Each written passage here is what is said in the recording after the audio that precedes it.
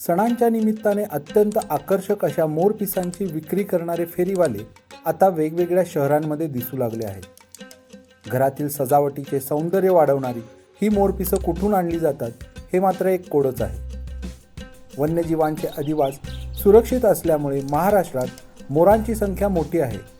अगदी शहर गावाच्या वेशींवर मोरांचा मुक्त वावर असतो। सुंदर पिसांसाठी मोरांची शिकार तर होत नाही ना, अशी शंका वन्यजीवप्रेमी वर्षानुवर्षे उपस्थित करतात आणि आता ही शंका खरी ठरताना दिसते।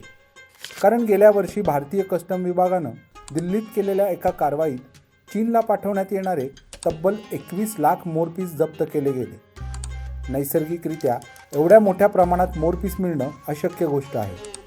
मोरांची शिकार मोठ्या प्रमाणावर होते हे या घटनेतून सिद्ध होते। भारताचा राष्ट्रीय पक्षी असलेल्या मोरांची संख्या कमी होऊ लागल्यानं महाराष्ट्र सरकारने मोराची पिसं आणि त्या संबंधातील साहित्य विक्रीला बंदी घातली। नैसर्गिक गळती झालेल्या मोरपिसांची विक्री करता येते, पण विक्रेत्यांकडे विक्रीसाठी ताजी व टवटवीत मोरपिसं असतात। याबाबत एका परप्रांतीय विक्रेत्याला विचारला असता तो म्हणाला, मी उत्तर प्रदेशचा असून आग्र्याजवळ मोठ्या प्रमाणात मोरपिसांची बाजारपेठ आहे। त्या ठिकाणावरून ही मोरपिसे विक्रीसाठी आणली जातात। दरवर्षी श्रावण महिन्याच्या सुरुवातीला मोरपिसांच्या विक्रीसाठी विविध शहरांमध्ये परप्रांतीय विक्रेते फिरताना दिसतात। 10 ते 12 रुपयांच्या भावाने मोरपिसांची विक्री होते। अत्यंत आकर्षक दिसणारी ही मोरांची पिसे मोठ्या प्रमाणावरून लोकांकडून खरेदी केली जातात। मागील वर्षी कोरोनाचं सावट असल्यानं मोरपीस विक्रीसाठी आले नाही।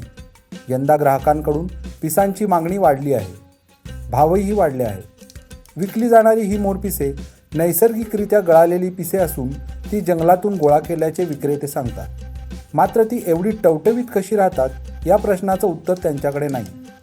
मोरांची शिकार होते हे आता काही लपून राहिलेलं नाही आहे, त्यामुळे विक्रेत्यांवर कारवाई होणं हे गरजेचं आहे।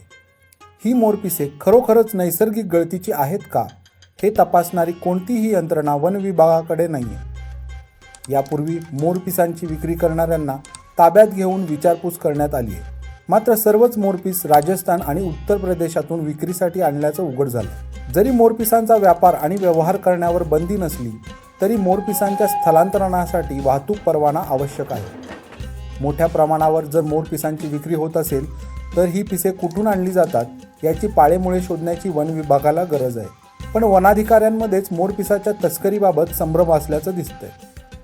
नियमानुसार जंगलात वेचलेल्या मोरपिसांचीच विक्री होऊ शकते। मोरांची शिकार करून त्यांच्या पिसांची विक्री करणं हा गंभीर गुन्हा आहे। मोरांची शिकार करणाऱ्याला 3 वर्ष तुरुंगवास होऊ शकतो। अत्यंत देखण्या अशा आपल्या या राष्ट्रीय पक्षाला जपण्यासाठी नागरिकांनी मोर